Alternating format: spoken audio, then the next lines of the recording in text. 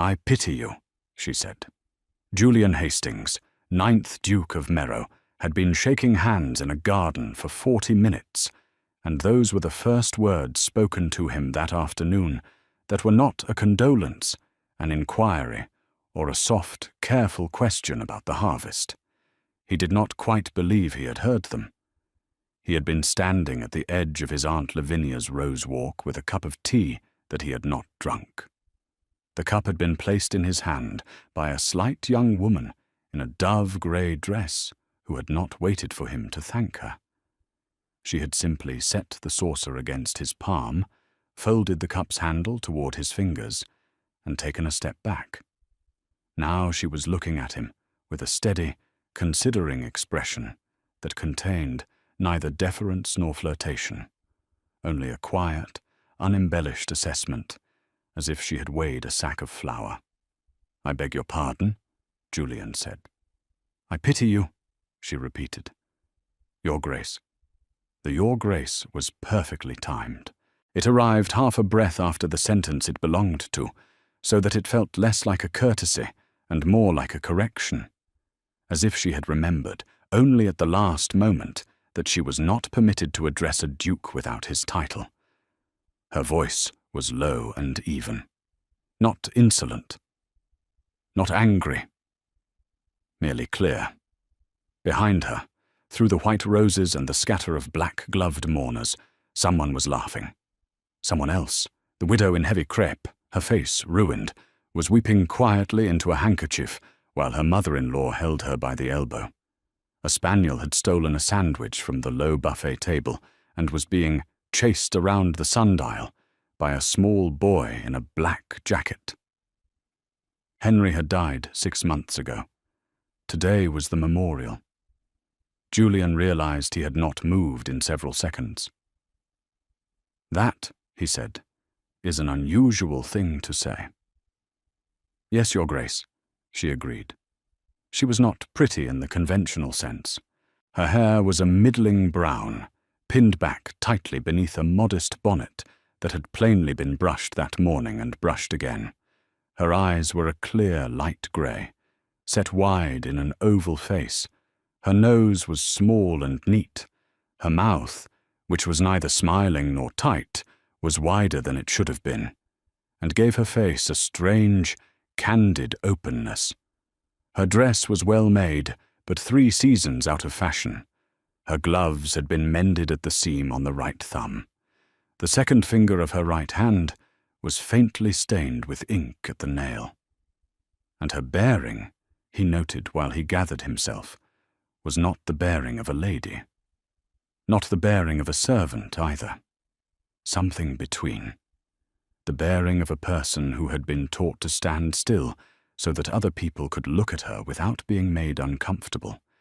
He had seen that bearing before, in the poor relation cousins of his mother's acquaintance. Companions, governesses, the women who made great houses run without being paid enough to sit at their tables. "Who are you?" Julian said. "Alice Carruthers, Your Grace. I read to Lady Lavinia in the mornings, and I answer her correspondence in the afternoons. My aunt's companion." "Yes, Your Grace." "And you pity me?" "Yes, Your Grace." He considered her. 40 feet away, through a gap in the roses, his cousin Felix was saying something to the vicar that required both hands. A bee was moving stupidly across the buffet table, settling on a jam tart. The sun, which had been behind a cloud for most of the service, came out with the sudden thoroughness of English summer, and the garden turned gold. "May I ask?" Julian said. "Why?" Alice Carruthers did not answer immediately. She looked instead at the cup of tea in his hand, which had gone cold. Then she looked at his face. "Your friend's widow, Mrs. Whitney, has wept 3 times in the last hour, Your Grace," she said. "Once at the church door, when she saw the yew wreath. Once in the carriage on the way here. I walked alongside it, and the window was open. Once just now, at the garden gate. and I have been in Lady Lavinia's service since February. I read aloud to her every letter you have written her since Mr. Whitney's death. I know the dates, and the contents, and the length, and the hand. You haven't wept, Your Grace. Not in a letter. Not in company. I pity you because grief that is not permitted does not go away. It stays, and it eats the person who is forbidden to have it. She paused. Her grey eyes did not waver. That is why, she said. Then she curtsied, a small, perfectly executed curtsy, the bob of a woman who knew precisely how much respect was owed, and walked away across the grass toward the house, her skirt brushing the edge of the rose bed, her back straight, her hands folded at her waist. Julian stood very still. The teacup in his hand had a chip on the rim, a little crescent where the glaze had flaked. He had not noticed before. He noticed now. He was 32 years old, and he was the 9th Duke of Merrow, and a woman whose annual salary was less than the cost of his coat had just told him, in a rose garden full of his friends' mourners, that his grief was eating him. He set the teacup down, very carefully, on the edge of the stone bench beside him. His hand was trembling. 3 hours later, Julian sat in the morning room of Merrow Court, his own house, his aunt's nearest neighbour by 4 miles, and stared at the signet ring on his left hand without seeing it. Well, his cousin Felix said, from the window, where he was watching the last carriage roll down the avenue in a cloud of August dust. That was not the worst memorial I have ever attended. Aunt Lavinia served the good cake. The vicar only wept twice. Mrs. Whitney bore up. Your speech at the graveside was, I thought, exactly the right length. 7 minutes. I timed you. Did you? I did. One does. Felix turned from the window. He was 3 years younger than Julian, dark-haired and thin, with the high colour and quick gaze of a man whose health had almost killed him twice in boyhood, and who now behaved as if every good afternoon were an unearned gift. Merrow, you are grey. It was a long day. You are not drinking your brandy. No. Felix came away from the window and took the chair opposite. He lifted his own brandy, sniffed it, and put it down untouched, which was, Julian noticed distantly, something Felix did only when he meant to pay attention. Something at the house, Felix said. Aunt Lavinia has a companion. Yes, Miss Carruthers. Been there since January or February. A clergyman's daughter from Ludlow. I checked, because Aunt Lavinia's last companion was a disaster. Quiet girl, plain as a wren. Lavinia's quite attached. Why? She spoke to me today. Felix waited. Julian, to his own surprise, did not want to say the words aloud. The sentence had been sitting in his chest for 3 hours, solid as a stone, saying it would make the day real. She told me, he said carefully, that she pitied me. Felix's eyebrows rose, a slow, interested rise, no laughter behind it. Did she? He said. She did. And what occasioned that? Julian told him.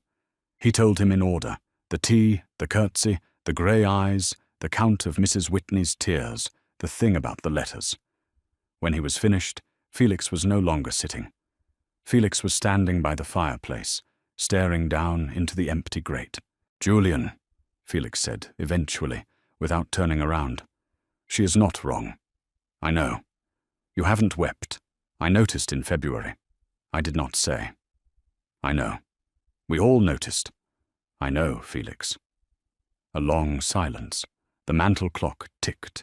Somewhere in the house, probably the library, a door closed, and Julian recognized with an odd jolt that it was his mother returning from her own afternoon calls.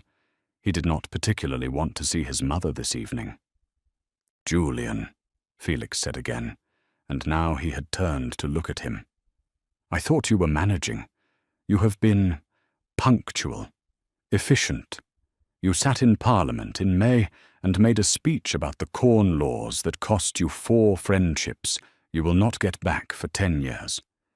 You have the estate books in better order than our father ever did. You answered every condolence letter in your own hand. I thought, we all thought, the duty was carrying you.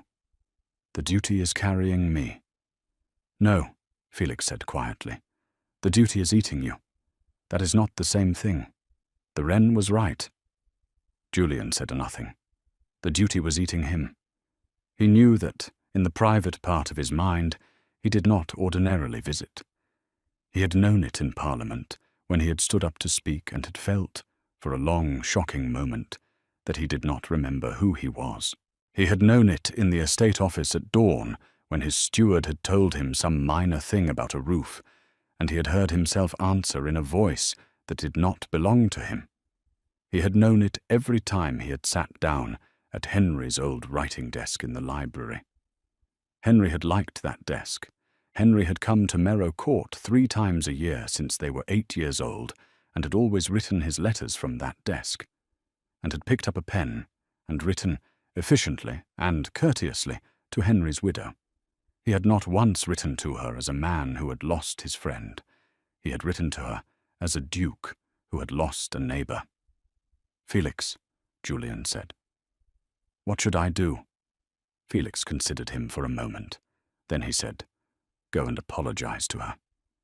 To Mrs. Whitney? No, to the wren. It was not, strictly speaking, a thing a duke did, ride 4 miles through an August evening in a clean coat to apologize to a companion. It was not a thing Julian's mother would have approved of if she had known. It was not a thing his father, had his father still been alive, would have permitted. But his father was not alive, and his mother, through the long walls of a country house, had no particular idea where he was, and Felix had said, Go, and Julian had gone. He rode Marius, the grey gelding Henry had given him as a wedding present 4 years ago, before Henry had been Henry the married man, and Julian had been Julian the younger brother, and the world had been entirely different. Down the lane between his fields, the wheat had been cut that week and stood in stooks in the fields, gold and black shadowed in the declining light. A pair of pigeons burst out of a hedge as he passed and clattered away across the sky. The air smelled of stubble and dust and the cooling day. He had not, he realized, ridden alone for pleasure in 6 months. Not once. He reached Aunt Lavinia's gate at 7:30. The lodgekeeper's wife, who had known him since he was in short trousers, curtsied without showing any surprise. Julian was an accustomed visitor, and opened the gate, and said that her ladyship was still at the dressing hour, and would be down in 20 minutes. Would his grace prefer the drawing-room or the garden? Julian said the garden, and dismounted, and gave Marius's reins to the undergroom who had materialized out of a hedge, and walked, by himself, down the path he had walked in the morning. The rose walk was empty. The black-gloved mourners had gone hours ago. Someone, Aunt Lavinia's gardener, presumably, had tidied the sundial. The stone bench, where Julian had set down the chipped teacup, was bare. The woman was at the end of the walk. She was kneeling, with her skirt carefully folded under her, beside the low boxwood hedge that ran along the garden's southern wall. A wicker basket sat beside her on the grass. She was cutting something from the hedge with a pair of small shears. As Julian approached, he saw that it was not flowers, but the spent heads of lavender, which stood in a long soldierly row behind the boxwood, pale purple fading now to grey. She was not, he observed, wearing the dove-grey dress she had worn in the morning. She was wearing a plain blue cotton that was considerably older, and an apron of worn linen and a wide straw hat. Her hands, ungloved now, and strong and capable, moved steadily along the row. A small bowl beside her was filling with dried lavender heads. She had not heard him approach. He was within 10 feet of her before her shears paused. "Good evening, Miss Carruthers," he said. She turned her head. She did not, he noticed, exhibit any of the conventional signals: the startled rise, the flushed cheek, the flutter of the hand to the throat. She looked at him steadily over her shoulder, from her kneeling position, and appeared to absorb the information that a duke was standing 10 feet from her in a countess's garden on a Thursday evening in August, and nodded. "Your Grace," she said. "I have come," Julian said, "to apologize." She did not rise. She lowered the shears. "For what, Your Grace?" He had prepared a speech on the ride over. He had prepared, in fact, 3 speeches. The first, a thoroughly eloquent one about the proper boundaries of rank and the impropriety of her remark. The second, a shorter one expressing, with dignity, that her observation had none the less contained a germ of truth. The third, which he had discarded twice, and then returned to, a very simple one that said she had been correct, and that he had not been ready to hear it, but was ready now. All 3 speeches left him the moment he saw her ungloved hands on the lavender. "For being too dull," he said, "to thank you at once." Then he stopped, because he had not meant to say that. He had meant to say something else entirely. For a moment, neither of them moved. She knelt with the shears in her hand. He stood, hat in hand, the last of the sunlight coming through the lime trees behind him and striking along the edge of the boxwood. A single bee was working the lavender. Then, very slowly, Alice Carruthers smiled. It was a small smile. It was not a smile of triumph or of pleasure. It was, he thought afterwards, a smile of recognition, as if she had been waiting to see whether he was the kind of man who could say that sentence without choking on it, and had found her answer. "You are welcome, Your Grace," she said. He stayed in the garden for 40 minutes. He did not, he would later reflect, have the faintest idea what had possessed him. He had asked whether he might help her cut the lavender. She had said, with perfect gravity, that he might certainly take the shears if he promised not to cut the boxwood. He had laughed, a short, unfamiliar laugh, the first real laugh he had laughed since Easter, and had sat down beside her on the grass, in his clean coat, and had cut lavender under her direction. She had shown him how to snip below the flower head without wounding the stem. Her hands, he had noted, were brown at the knuckles from sun, and stained faintly blue-grey at the second finger from the ink. Her fingernails were cut short and scrupulously clean. They spoke, at first, only of the lavender. Then he said, "Miss Carruthers, might I ask you a question?" "Yes, Your Grace." "Do you always tell the truth?" She paused in her cutting. She looked at him, from beneath the straw hat, with grave grey eyes. "No," she said. "Then why tell it to me?" She considered the answer with the same deliberation she had considered the lavender. Finally she said, "Because you have no one else who will. Your cousin will. I saw him watching you at the graveside. But I think your cousin has been watching you for some months, and saying nothing, and I judged that one more month of silence would not help. You are very certain, Miss Carruthers, for a woman who has known my family for 6 months. I am not certain, Your Grace. I am a clergyman's daughter. I have watched grief for 25 years. I have watched people eaten by grief they were not permitted to own. I wrote my father's sermons for him in the last year of his life, because the grief of our parish would not let him hold his pen. I know the look of a man who is being eaten. I saw you in the morning room in February, when I came with Lady Lavinia to call on your mother. You did not see me. You are not obliged to remember. And I knew then. In February? Yes, Your Grace. Your brother had been dead 3 years and Mr. Whitney 1 month, and you were discussing the price of oats with your mother? and you did not once blink. Julian sat very still on the grass, the shears loose in his hand. Above them, in the limes, a blackbird began to sing its late summer song, not the bright, territorial note of the spring, but the slower, drawn-out evening song, all blue air and dusk. "Miss Carruthers," Julian said. "Yes, Your Grace." "Did my brother die of the same complaint as Henry Whitney?" "No, Your Grace. Your brother died of a riding fall. Mr. Whitney died of a fever.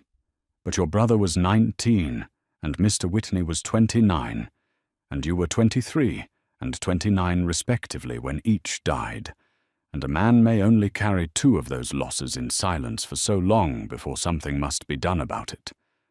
I do not know, Your Grace, what the proper thing is to do about grief. I know only that permitting yourself to have it is the beginning." She had set down her shears. Her ungloved hands were folded in her lap, small and brown and stained. "Do you hate me for saying so?" she asked. He looked at her for a long moment. "No, Miss Carruthers," he said. "I do not hate you for it. I am astonished by it, and I do not yet know what to do with it, and I may never know. But I do not hate you. I think—" He stopped. He tried the sentence a second way. "I think I shall come back tomorrow, if I may, and help you cut the rest of the lavender." She inclined her head, the small grave bob of the companion who was not a servant and not a lady.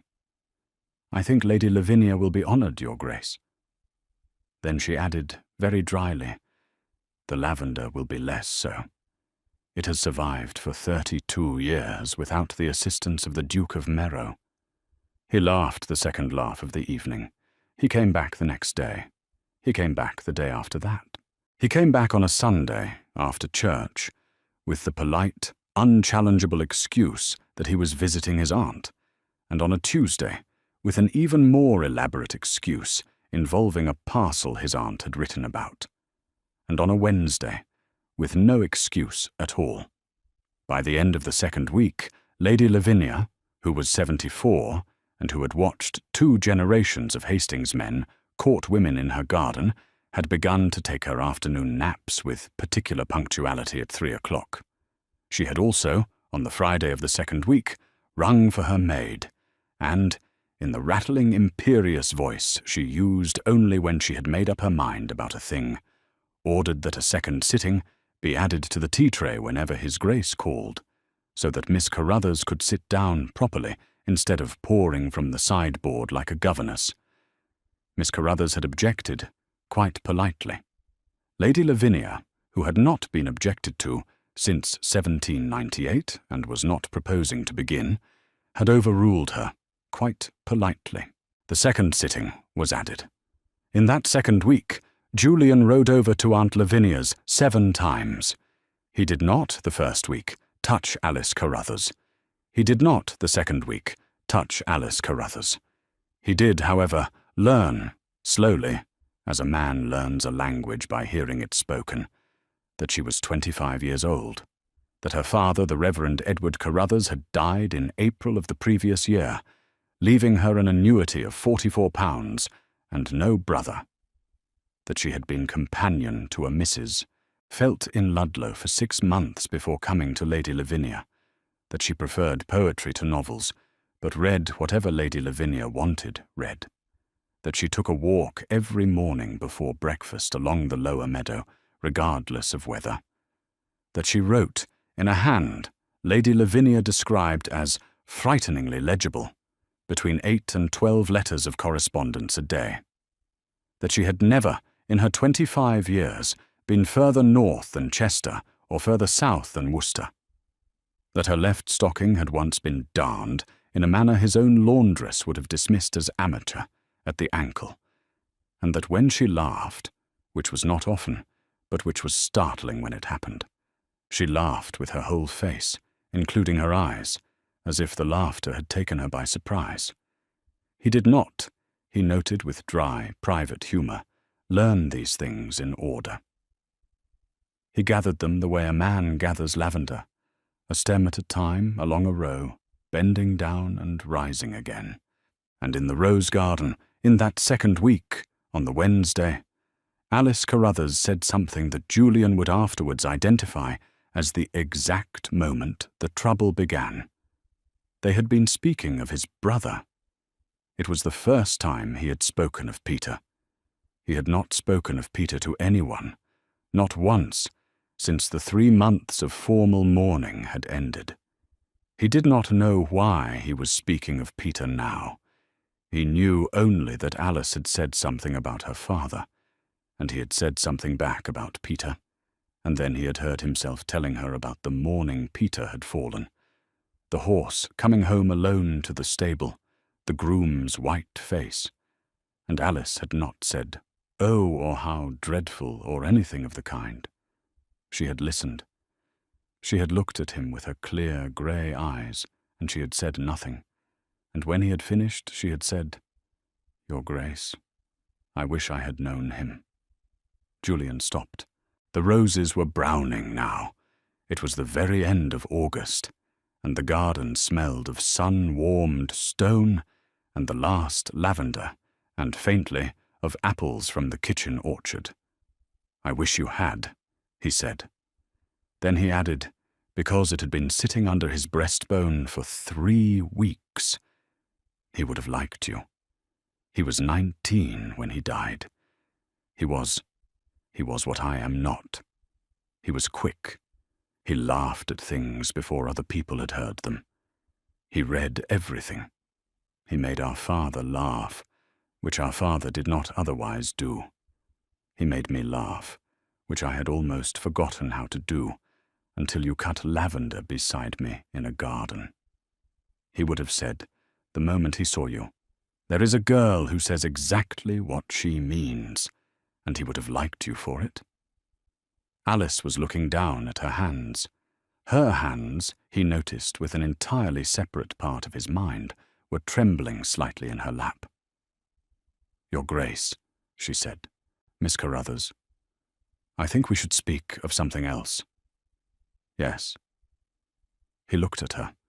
He looked at her ungloved hands in her lap, trembling very slightly, at the ink stain on her second finger, at the brown knuckles and the clean short nails, at the small, steady, bowed head under the edge of the straw hat.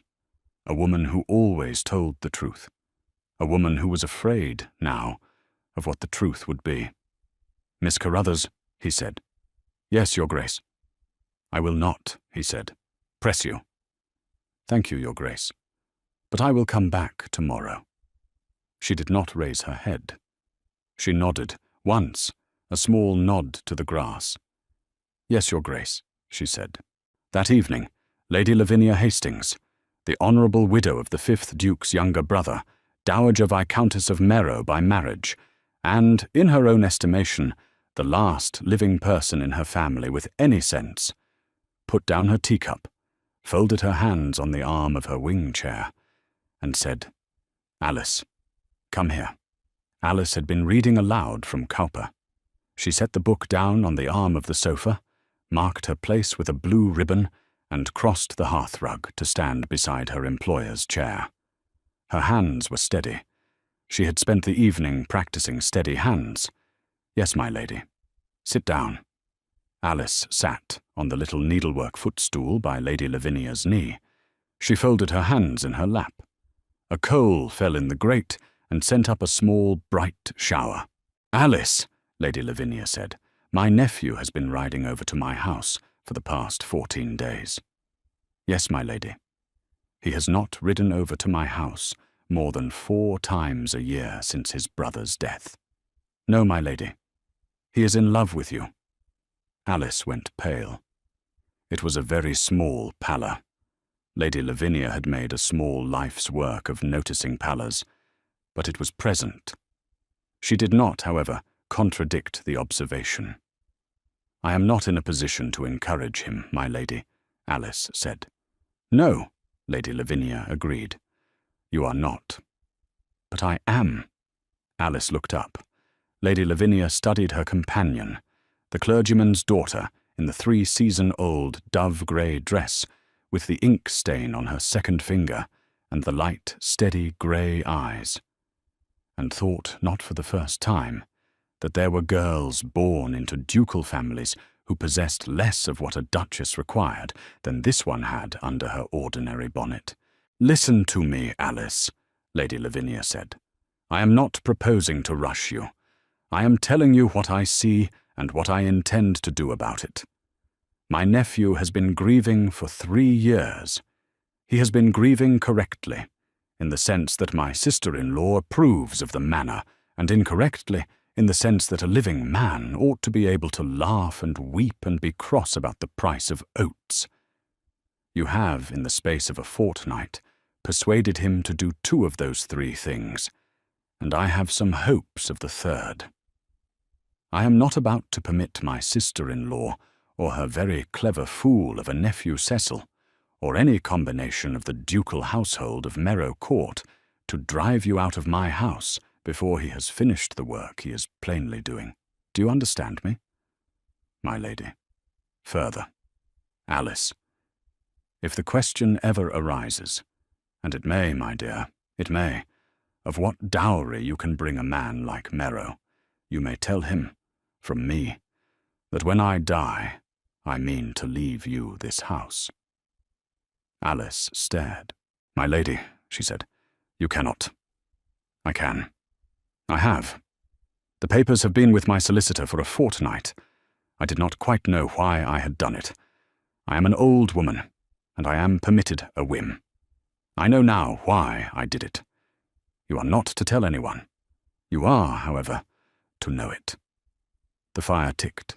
The clock struck 10.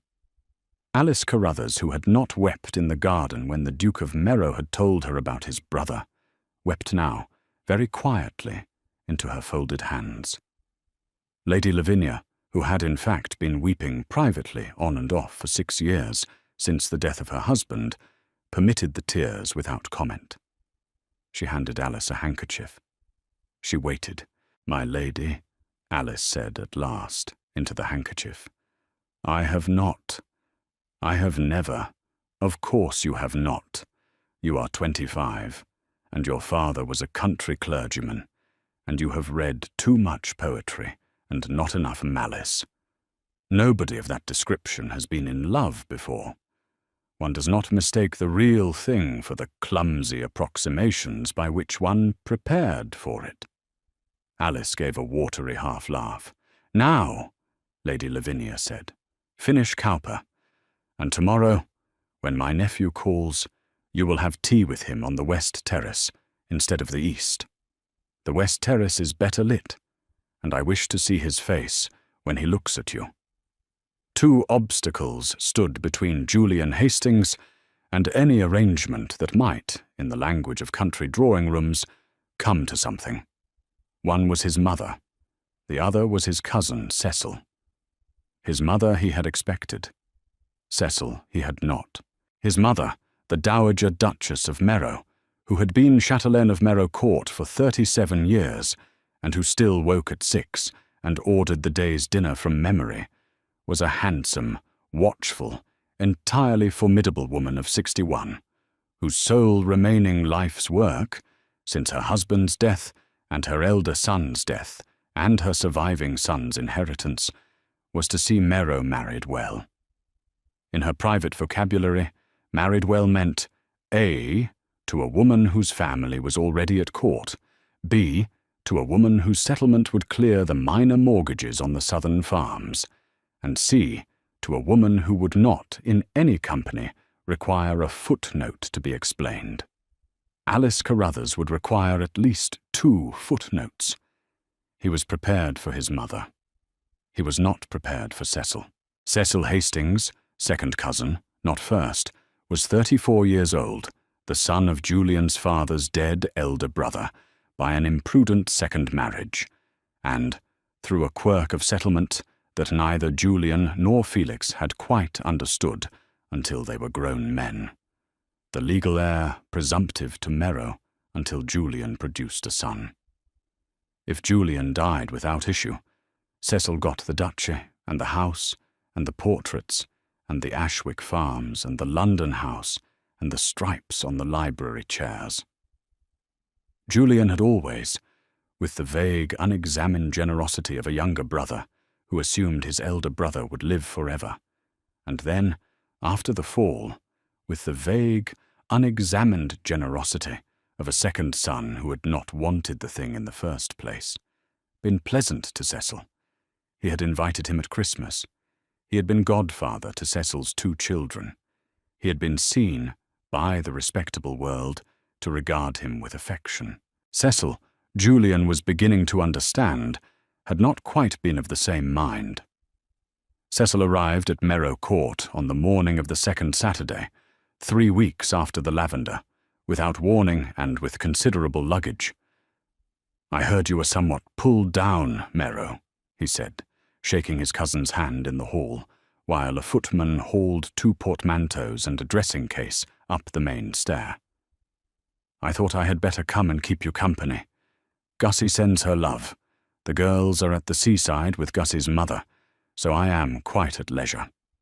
I shall stay a month." "Is that tolerable?" Julian said, with perfect courtesy. That of course it was tolerable. Cecil, Julian had observed at a dozen long tables over the years, was a handsome man in the way a well-built carriage was handsome. He was clean, expensive, proportionate, and not particularly interesting to look at. He had the Hastings brow and the Hastings nose, and none of the Hastings eyes. His were a pale, flat blue, placed slightly too close together, which had kept his face from beauty in youth, and which, in middle age, lent it a permanent expression of faint calculation. He was not, Julian thought as he led Cecil into the morning room, an ill-natured man. He was a careful man, which was a different matter entirely. "Sit down," Julian said. "Thank you." Cecil sat. "I hear from my mother that you have been at Aunt Lavinia's a great deal." Julian did not sit. He crossed to the window and stood looking out over the sweep of lawn where, that morning, the gardeners were turning the lime walk. He did not speak at once. He considered, in the rather slow manner he had developed in the past 3 weeks, what he wanted to say. "I have," he said, "been calling on Aunt Lavinia 3 times a week. A commendable nephew. She is 74 and increasingly alone. She has no living children." "A commendable nephew," Cecil repeated. "And the companion?" Julian turned. Cecil was sitting in the chair by the fireplace, the chair Henry had liked, the chair Felix had taken on the day of the memorial. He was looking at Julian with the pale, flat, blue eyes, and the expression on his face, which was civil and almost apologetic, was at the same time perfectly unmistakable. A man who had travelled 70 miles to deliver a particular message and had now arrived at the particular moment of delivering it. "What of the companion, Cecil?" "Nothing of her, Merrow. She is my aunt's companion. It is not, however, universally the case that the companions of elderly ladies become the wives of dukes, and my mother is a nervous woman, and my Aunt Maria, your mother, is a nervous woman, and I promised Aunt Maria I would come and be, shall we say, a cousinly presence. A cousinly presence, only that." Julian looked at him. For a long moment he saw clearly and without illusion the man before him, the careful man with the flat blue eyes, whose wife was at the seaside and whose luggage was upstairs, and he thought, with a clarity he had not quite owned before, that the careful man expected to inherit Merrow, and had possibly expected it rather more actively than Julian had noticed, for rather longer than Julian had attended. "Cecil," Julian said, "I am glad you have come." Cecil blinked. He had not expected warmth. "Are you?" he said. "I am. I have been somewhat lonely." Julian smiled, a slow, deliberate smile that had very little warmth in it, and very little malice, and that was, for the first time in 3 years, entirely his own face. I shall take every advantage of your society. Dinner is at 7. I ride at 4:30. You will join me, I hope. Certainly. I shall see you in the stables, then. Julian walked out of the morning room. He closed the door, quietly, behind him. In the hall, he stood for a moment on the black and white checkered marble, the same marble he had walked on at 8, at 12, at 19, at 23, on the day Peter's horse came home alone. And he felt, for the first time since February, something move in his chest that was not grief and was not duty. It was anger, hot, small, and useful. He had a duty to Alice Carruthers now. That was an interesting thought. That was an entirely new thought. He went upstairs to change for the ride. Cecil Hastings had been at Merrow Court 3 days when the first of the letters appeared. It was on Julian's breakfast table on the Tuesday morning, tucked under the marmalade pot, in a hand Julian did not recognize. He read it standing. "Your Grace," it began. "A dutiful cousin has felt it proper to acquaint me, as mother to the heir presumptive, that your attentions to a companion in Lady Lavinia's house have become more marked than is consistent with the dignity of your position. I write to you with the deepest reluctance, and in the spirit only of the affection I have borne the Hastings family for 40 years. A duke may pay no attention to the foolish talk of his neighborhood. A duke's mother must. I beg you to consider the gravity of the impression you are currently making. I beg you further to consider that a young woman of no connections and doubtful means of support might be assumed, by a world less charitable than yourself, to be in some degree imprudent in her encouragement. I have taken the liberty of writing privately to the Dowager Duchess. Your obedient servant, Lady Constance Marsh." Julian folded the letter in half, very exactly, and slid it into his coat pocket. He finished his coffee. He went into the library, sat down at Henry's writing desk, took a fresh sheet of his personal paper, the paper with the Merrow crest at the head and his initials at the foot, and wrote in his own hand, "Lady Constance, your letter of the 6th instant is received.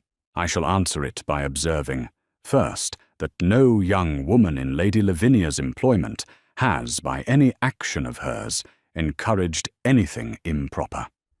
Second, that Miss Carruthers is, in fact, the daughter of a clergyman whom Lady Lavinia has personally endowed with her own house.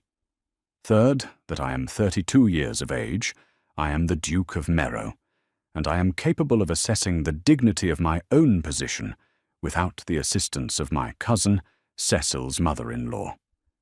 I must also advise you, as a matter of particular delicacy, that correspondence of this nature between my cousin Cecil and yourself on the subject of my personal life has reached my attention, and that I consider it impertinent. I shall regard any further letter from you on the subject of Miss Carruthers as an act of hostility toward a lady I hold in the highest regard. Please be advised that I shall act accordingly. I remain, Lady Constance, Merrow." He sealed it. He rang for his valet, who was also his confidential messenger on country errands, and he gave the letter to the valet with an instruction that it be delivered, not by post, but by the hand of the second groom, and placed in Lady Constance Marsh's fingers before dinner. Then he walked out of the library, down the black and white marble of the hall, and into the morning room. Cecil was there, reading yesterday's Times. Cecil looked up. "Merrow," he said pleasantly. "You look fierce." "Cecil," Julian said, "a word." Cecil put down the Times. He stood. He did not, Julian observed, flinch. "A letter from Lady Constance Marsh arrived for me at breakfast," Julian said. "You are acquainted with Lady Constance. She is my mother-in-law. You know she is my mother-in-law. She says in her letter that a dutiful cousin informed her of my attentions to Miss Carruthers. There are only 2 cousins of mine currently within 70 miles of my aunt's house. One of them is Felix, who would cut out his tongue before he gave Lady Constance Marsh an opinion about my personal conduct. The other is you." Cecil was silent. "Cecil," Julian said, very quietly, "tell me to my face that you did not write to Lady Constance about Alice Carruthers." Cecil did not tell him to his face. Cecil took a breath and said, with the patient, reasonable air of a man who had prepared for a difficult interview and was about to conduct it exactly as he had prepared, "Merrow, I am your heir presumptive. I have an interest, a proper interest, a legal interest, in the dignity of the title you hold. I considered it my duty, Cecil, to apprise my mother-in-law." "Cecil," Julian said, not raising his voice, "if you speak one more sentence in that tone in my house, I shall knock you to the floor. I shall then have you removed to the inn at Church Stretton, and your luggage will follow you by cart within the hour." Cecil stopped. He looked, for the first time since Julian had known him, precisely what he was. Not a careful man, but a small one. "I did not think." "You did think. That is the trouble with you, Cecil. You always think. You never feel. Go upstairs. Pack. Leave my house before dinner. If I hear that you, or your mother-in-law, or any person connected to either of you, has spoken in public about Miss Carruthers, I shall remove your allowance from the Ashwick rents with effect from January. Do you understand me?" "Merrow, you cannot." "I can, I have. Send your man for the portmanteaus. I shall not see you out." Julian walked out of the morning room. His hands, he noticed, were quite steady. He went, instead of upstairs, out through the garden door and into the kitchen garden, where the apples were coming to their last week of ripeness, and the bees were somnolent in the afternoon heat. He stood by the espaliered pear trees, and he looked, unseeing, at the brick wall behind them, and he breathed. When he had breathed, he walked to the stables. He ordered Marius saddled. He rode over to Aunt Lavinia's. He did not find Alice in the garden. He found her in Aunt Lavinia's small book-room, at the writing desk under the window, copying a letter. She had not looked up as the footman announced him. She had not looked up as Julian crossed the room. When she finished her sentence, she dipped her pen, blotted the paper, set down the pen, and only then raised her head. Her face was very carefully blank. "Your Grace," she said. "Miss Carruthers." He closed the book-room door behind himself. It was not strictly the thing to do. "Sit," he said. She sat. He stood before her. He was not a man who paced. He was a man who stood still while the room arranged itself around him. He stood still now. "Miss Carruthers," he said, "I have this morning received a letter from my cousin's mother-in-law expressing concern about my attentions to you. I have answered it. I have further ordered my cousin Cecil out of my house. He will be gone by dinner." Alice's hands had knotted in her lap. "Your Grace, I haven't finished. I do not, Miss Carruthers, require any encouragement from you. I am telling you what I have done. The next thing I wish to do, I cannot do without you." She looked up. "I wish to ask my mother to call upon you here tomorrow," Julian said, "with my aunt in the room. I wish her to sit in this book-room and look you in the face, and I wish you to look her in the face, and I wish this small matter settled between the 3 of you with the dignity it is owed. I shall not be present. You will be more yourself without me. My aunt, who has eaten my mother for a light supper, twice in my memory, will be present as your ally, your Grace. I am not your mother's equal. You are not. My mother is a dowager duchess, and you are a clergyman's daughter. He paused. "You are also, Miss Carruthers, the woman I have come to regard as my closest friend in the world, and, it increasingly appears, the woman I shall come, if she will have me, to love. I have some hope that my mother will survive meeting such a person at her own aunt-in-law's house, with a strong cup of tea and a moderate view of the weather." Alice had gone quite white. "Your Grace," she said. Her voice was almost a whisper. "You have not. I haven't proposed to you. I know, I am not proposing to you now. I am asking you for one thing only. That you consent to be called upon by my mother tomorrow afternoon in my aunt's house, with my aunt present, and that you permit my mother to see for herself the kind of woman her son has been riding 4 miles in an evening to sit beside on the grass. After that, after my mother has been here and gone, I shall come and ask you the other question, if I am still the man you wish to hear it from, and if I am not, you shall tell me. Is that," he hesitated, "an acceptable arrangement?" Alice Carruthers sat for a long moment, with her hands knotted in her lap. Then she said, very steadily, "Your Grace, it is. The Dowager Duchess of Merrow arrived the next afternoon at 4 o'clock in her own carriage, with her own footman, and with the small, tight mouth that, Julian had learned in 32 years, meant she intended, in her quiet way, to destroy any person currently annoying her by the most efficient means available. Lady Lavinia received her on the steps. The two women had not entirely liked each other since 1817, and the matter of the Hastings diamonds, but they had agreed to a form of civilized warfare in which neither openly acknowledged the dislike, and they had maintained this civility for 31 years. "Maria," Lady Lavinia said. "Lavinia, how was your journey?" "Tolerable. Come through to the book room. Alice is expecting you." The Dowager Duchess glanced at her husband's aunt. "Alice," she repeated on a rising note. "We are to call her Alice." "You may call her Miss Carruthers or Alice, as you prefer," Lady Lavinia said equably.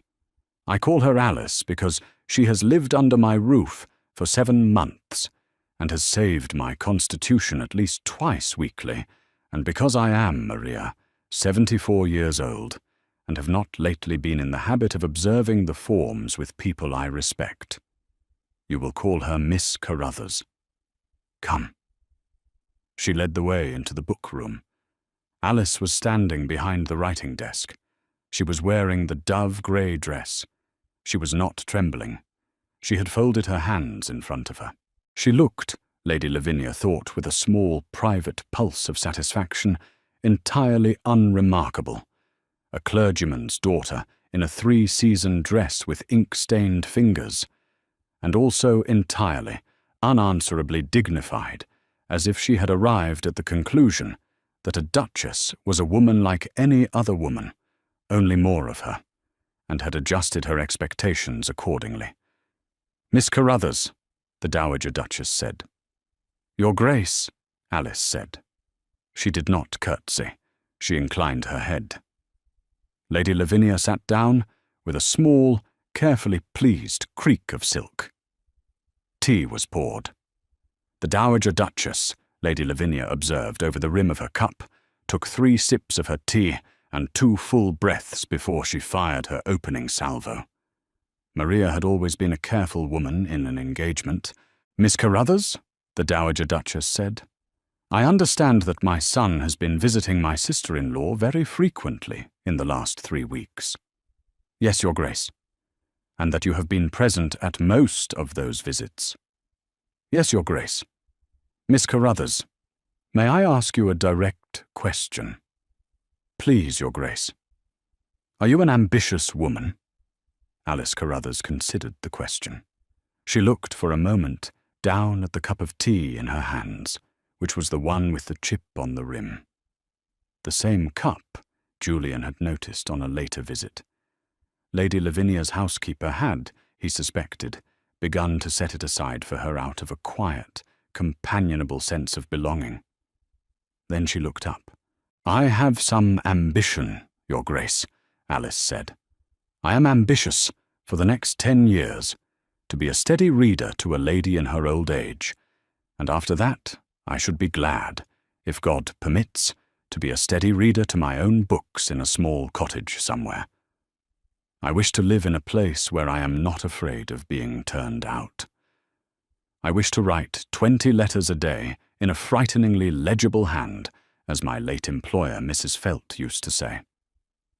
I should not like Your Grace to be a duchess. I am aware of no duchess in the published peerages who reports a strong enjoyment of the office.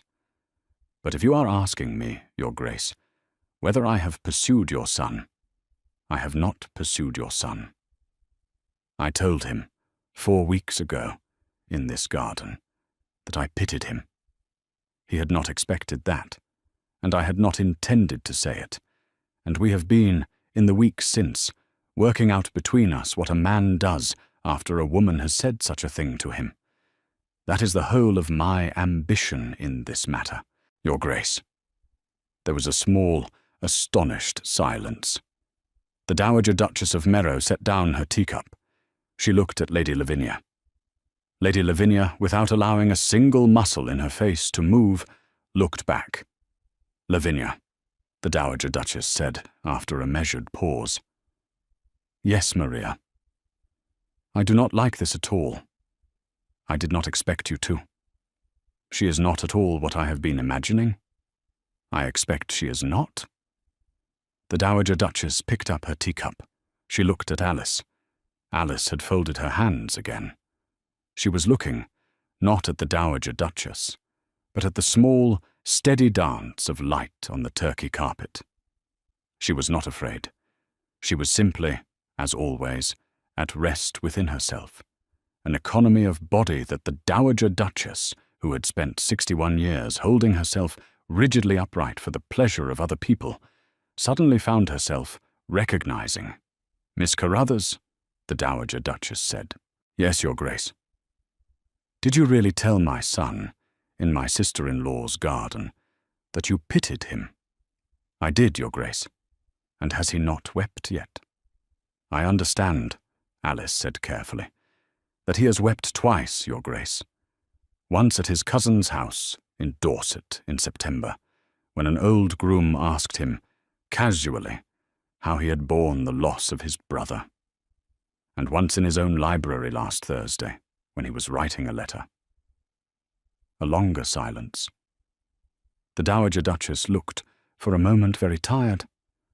"I did not know that," she said. "No, Your Grace. He has not told you. He did not tell me either. His cousin Felix told me, because he meant to tell you. And I said it was better that he did not."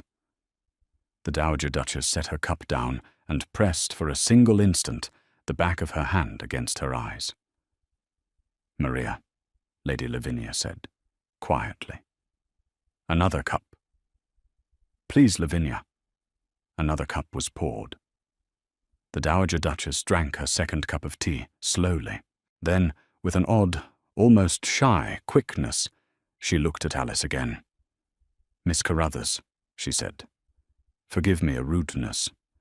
Will you come over to Merrow Court to dine with us on Friday? I should like my elder surviving son. I should like my son to present you to my own sister. I should like to see you at my own table." Alice Carruthers rose from her chair. She curtsied, a full, correct, formal curtsy, the curtsy the daughter of the Reverend Edward Carruthers of Ludlow had been taught at 12 by her mother, who had once, 35 years earlier, been presented at court. "Your Grace," she said, "I should be honored." He proposed to her, not at Merrow Court after the dinner, but 3 days later, in the Rose Walk at Aunt Lavinia's, on an afternoon in the first week of September, when the air had begun, at last, to cool. He did not kneel. He did not make a speech. He said, "Alice." She put down the basket of spent rose hips. "Yes, Julian." "I love you." "Yes, Julian. I should like to marry you." "Yes, Julian."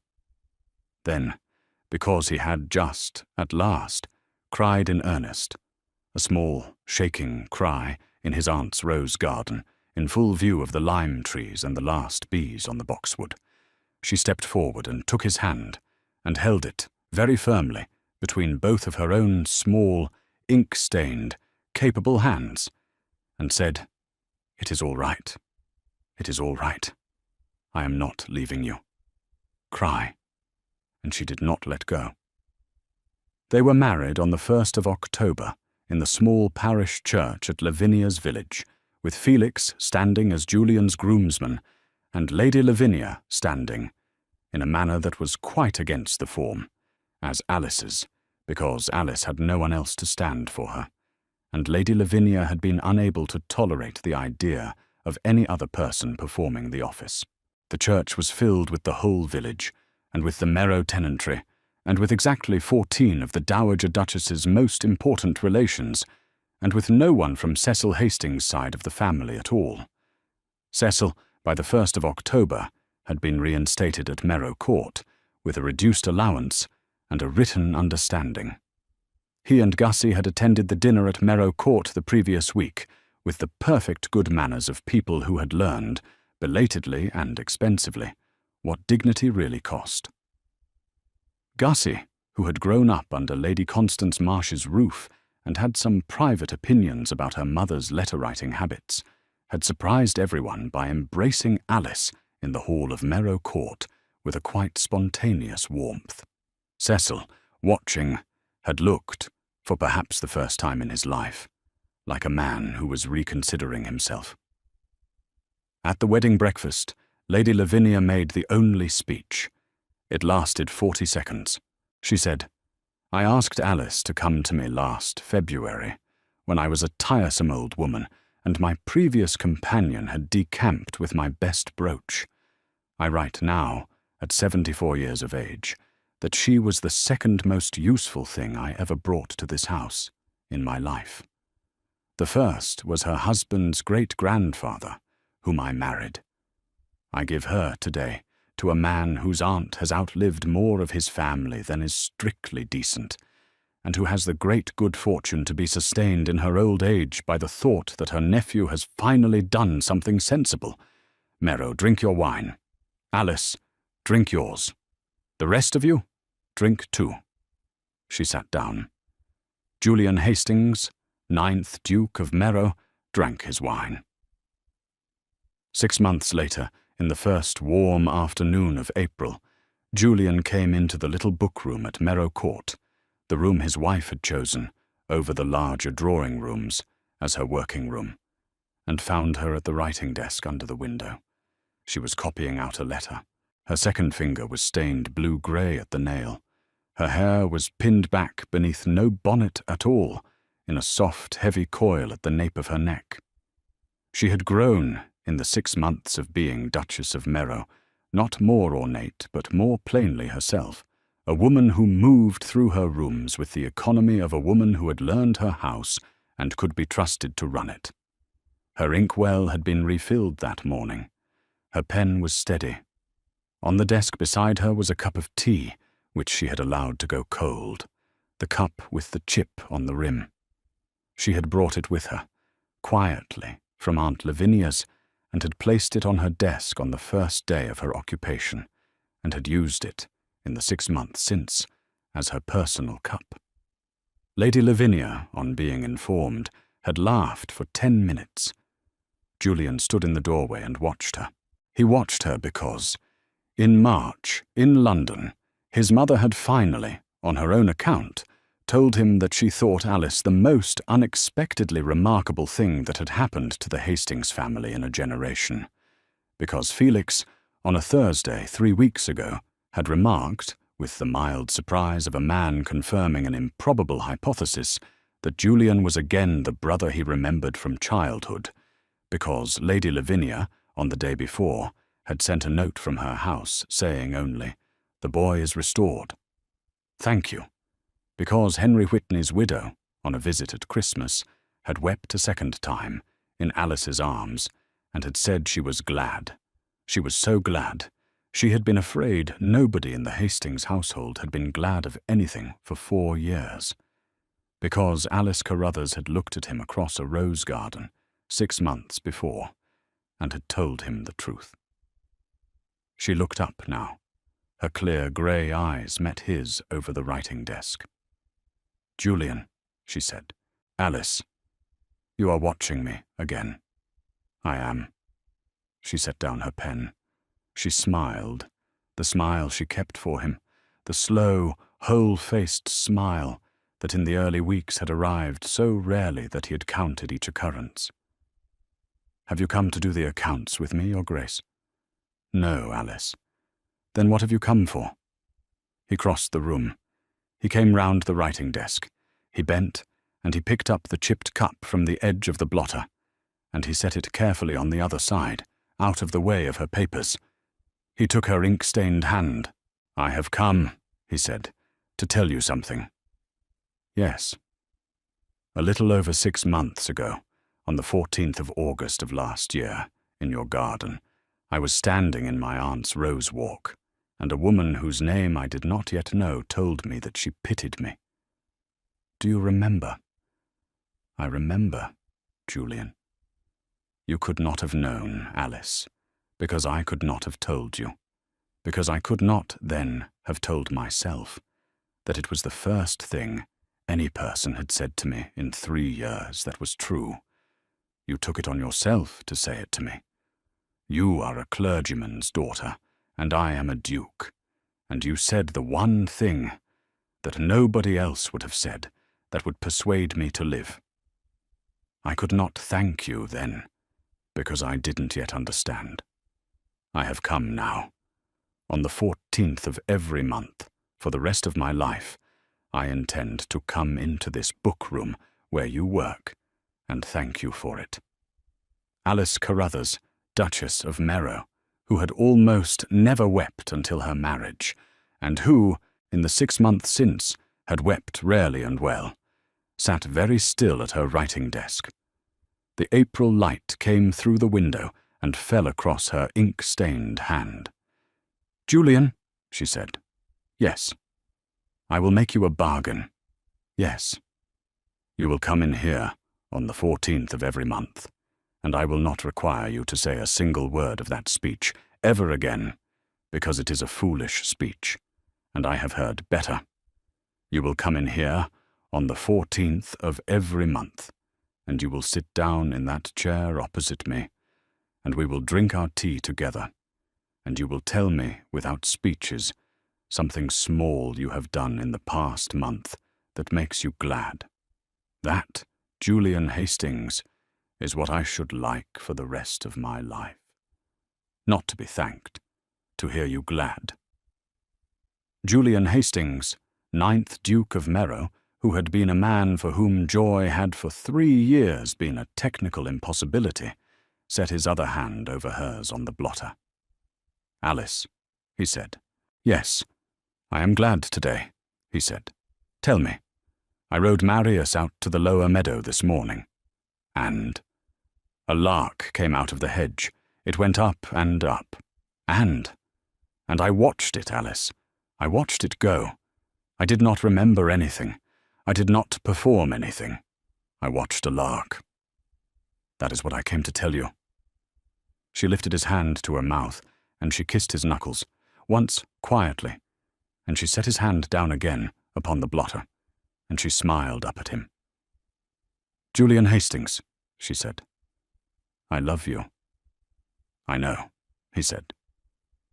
Then he sat down in the chair opposite her writing desk, under the April window, in the book room of Merrow Court, and his wife picked up her pen and went on with her letter, and he did not speak, and she did not speak, and the clock on the mantel, which was the small, gilt French clock that had been in the room since his grandmother's time, ticked on in the spring afternoon, and he watched her work, and he was glad.